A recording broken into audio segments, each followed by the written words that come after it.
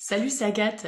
Aujourd'hui, je vous propose un petit sketch que j'avais écrit et interprété il y a quelques années en introduction d'une pièce comique sur la Révolution française. On s'était bien amusé avec mon partenaire Eric. Alors je vous fais partager cette vidéo aujourd'hui. L'histoire de France pour les nuls. Pour les nuls, c'est peut-être un peu péjoratif, non? Oui, pardon. Alors disons l'histoire de France pour les non-initiés. Sous-entendu ceux qui n'ont rien écouté à l'école. Hein. Parce que c'est très important de bien écouter à l'école. Chapitre numéro 1789, la Révolution française. Il était une fois, il y a très longtemps. Est-ce que vous en souvenez? Ah non, ils n'étaient pas tous nés. Oh si, certains si, je pense. Là-bas, là-bas aussi. Madame au premier rang. Ah ben ça va aussi. Ah ben la fille là. Il y en a beaucoup aujourd'hui qui s'étaient nés à ce moment-là. Bon alors je reprends. Il était une fois, il y a très longtemps, dans un pays lointain. Pas dans un pays lointain, ça se passait en France. Ah pardon. Il était une fois, il y a très longtemps, dans notre beau pays, un roi. Le roi Louis XVI. Madame a raison. Oh bah, ça va, je le savais aussi. Il n'avait plus du tout d'euros en poche. T'es sûr que c'était vraiment des euros à l'époque? Bah, vous n'allez pas me répondre à chaque fois, ça va, hein? Bah, je sais pas, des francs, des anciens francs, des louis. Il n'avait plus un sou en poche. Du coup, il a convoqué les États généraux qui ont voulu réformer la France en créant une constitution. Alors ça, ils se le sont promis dans une salle de sport, la salle de tennis. Ah pardon, la salle du tir. C'est ce qu'on a appelé le serment du jeu de paume. Tu savais ça? Voilà, pour montrer leur mécontentement et leur inquiétude face au renvoi du ministre Necker, les sans-papiers ont pris la Bastille, prison symbole de la monarchie absolue. Mais pas les sans-papiers, les sans-culottes. Ah bon? Ils ont pris la Bastille tout nus? Non, on les appelait sans-culottes parce qu'ils portaient des pantalons à rayures et pas des culottes comme sous l'Ancien Régime. Ça, c'est une culotte. Là, monsieur a un pantalon. D'accord. Bon, ensuite, les États généraux se sont transformés en assemblée constituante. L'assemblée constituante a permis de créer la Constitution. Et cette Constitution a permis d'établir l'abolition des privilèges et de la noblesse. Labo quoi? L'abolition, ça veut dire supprimer, Ah, d'accord. suppression. Dès lors, tous les hommes étaient considérés comme citoyens égaux. Que les hommes. Les femmes, elles peuvent se rhabiller. Remarque, ça tombe bien parce que vous n'avez pas de culotte. Mais le roi, qui n'était pas d'accord avec ça, a tenté de s'échapper. Suspense. Il fut très vite reconnu et rattrapé à Varennes, tout près de Reims. Oh bah le pauvre. Oui, bon, si j'ai bien compris, c'est moi qui vais tout raconter. Ouais, parce qu'en fait, l'histoire de France pour les nuls, ça me va très bien. Je suis très nulle en histoire. En 92, la France a déclaré la guerre à l'Angleterre et à l'Autriche. La victoire de Valmy fut le début d'une grande guerre de conquête. La monarchie fut abolie le 10 août 1792. A alors été réunie une nouvelle assemblée qui s'est appelée la Convention. Ah bah là, à ce moment-là, messieurs, on se serait cru à la Coupe de la Ligue. Hein. Il y avait les Girondins, les Jacobins, les Montagnards, le Marais... Arrêtons-nous là, hein, et parlons plutôt de personnages importants de l'époque. Personnalités sensibles aux difficultés du peuple et prêtes à tout pour s'allier à eux et sauver la République. Alors par exemple, il y avait Danton, il y avait Roger-Pierre, Robespierre, Robespierre, et Justin Bridou, Saint-Just, Saint-Just, pardon. et aussi Camille Desmoulins. Ah oui, alors lui je sais, je connais. Alors lui, Camille Desmoulins, c'est celui qui avait des problèmes des problèmes d'écolu, des problèmes pour parler. Et il y avait aussi Maradona. Madonna.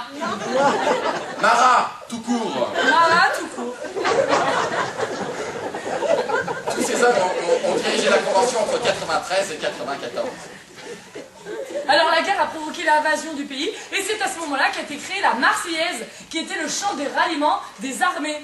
Allons enfants de la patrie, le jour de gloire. Ça va, je crois que tu connais.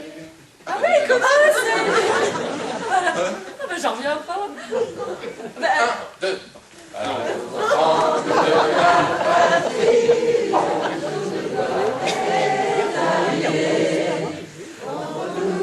Ça va.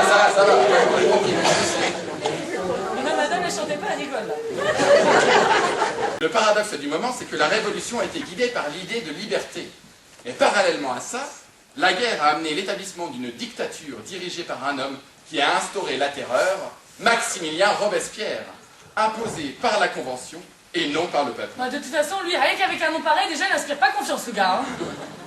Oh, et sais-tu quel est l'instrument préféré de la terreur? Eh bien, madame a raison, la guillotine. Et d'ailleurs, le roi Louis XVI, accusé d'être un traître, et sa femme Marie-Antoinette, eh ben, ils ont été tous les deux guillotinés. Quick, quick. Robespierre a exécuté pas mal de ses rivaux et amis, dont Danton et Desmoulins. Oh, c'est pas vrai, mais le sale type, lui, hein, je vous l'avais dit. Hein. Oh, et par contre, c'est la jeune royaliste Charlotte Corday qui a assassiné Marat dans sa baignoire. Ah, mais il est mort comme Claude François. Alors après, j'espère que Robespierre, il a fini par se faire virer. Hein. Oui. Il y a eu de nouveau la guerre, et puis on a instauré un nouveau régime, le Directoire. Ah, et commence à ce moment-là l'histoire de Napoléon. Oui, enfin, on n'est pas là pour ça. Ah oui. Parle-nous plutôt d'autres personnages importants de l'époque. Oui, alors par exemple, vous allez voir tout à l'heure Lafayette. Homme politique français, officier militaire, il a joué un rôle important dans la guerre d'indépendance des États-Unis. La comtesse du Barry. Tiens, ça me donne faim, ça. Sais-tu qu'avant d'être une marque de produits raffinés, la comtesse du Barry a été un personnage réel, favorite de Louis XV. Ah ouais, mais j'ai toujours faim quand même. Eh, y a pas du foie gras dans les coulisses? Merci. Trouve pas de foie gras. Bon, allez, cite-nous un autre personnage. Alors par exemple, je sais plus, du coup il m'a perturbé avec son truc là. Bernard René Jourdan, marquis de Launay. Il a été gouverneur de la Bastille, et il est même né dans la Bastille. Ah, c'est des noms pas faciles à retenir, mais j'ai retenu quand même, vous voyez madame. Un autre Donatien Alphonse François de Sade. Encore un nom couché dehors d'ailleurs. plus communément appelé Marquis de Sade, homme de lettres, romancier, homme politique français, philosophe.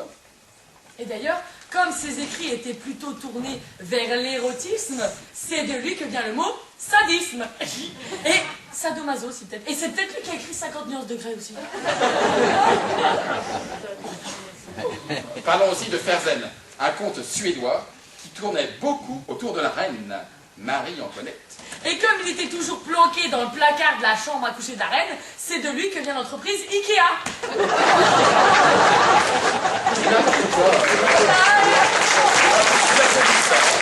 Merci, hein. Elle était bonne ma blague, hein, ce chez toi. Ça fait plaisir pour la dernière, il m'applaudissait. Bon, alors bref, on arrête de rigoler un petit peu. En conclusion, la Révolution française, c'est quoi? Parce qu'il y en a qui n'ont pas suivi, je pense. Donc, la Révolution française, c'est la chute de l'Ancien Régime et la naissance de la France contemporaine. Ah oui. L'avènement des libertés de croyance, de parole et de la presse. Après ce bref résumé, revenons maintenant en arrière et illustrons cette grande page de l'histoire de France depuis ses débuts. Mesdames, mesdemoiselles, messieurs, devant vous va être jouée aujourd'hui une pièce de La Rousseau. Tu m'oublieras tout ce jour, tout ce temps qui n'appartenait qu'à nous, tes réveils, en matin, tes paroles.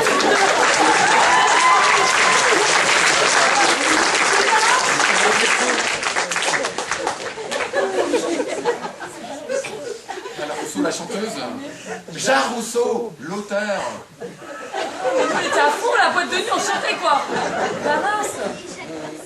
Donc une pièce de Cyril Jarousseau qui va vous raconter de façon drôle, décalée et déjantée la Révolution française. Et il était une fois, il y a très longtemps, dans un pays lointain, un roi. Tu reprends au début du sketch. Oh pardon, excusez-moi. Ah non, mais c'est parce que je me souviens, à chaque fois qu'il dit Révolution française, bah moi je commence, il était une fois, il y a bien longtemps. Après, je me suis trompée, excusez-moi. Oui, bah ça va, arrête de Désolée. t'excuser. Pardon, excuse-moi. Bon. Les tribunes de la nation présentent les grandes pages de la Révolution française. Voilà, j'espère que ça vous a bien fait rigoler. Je vous dis à la semaine prochaine.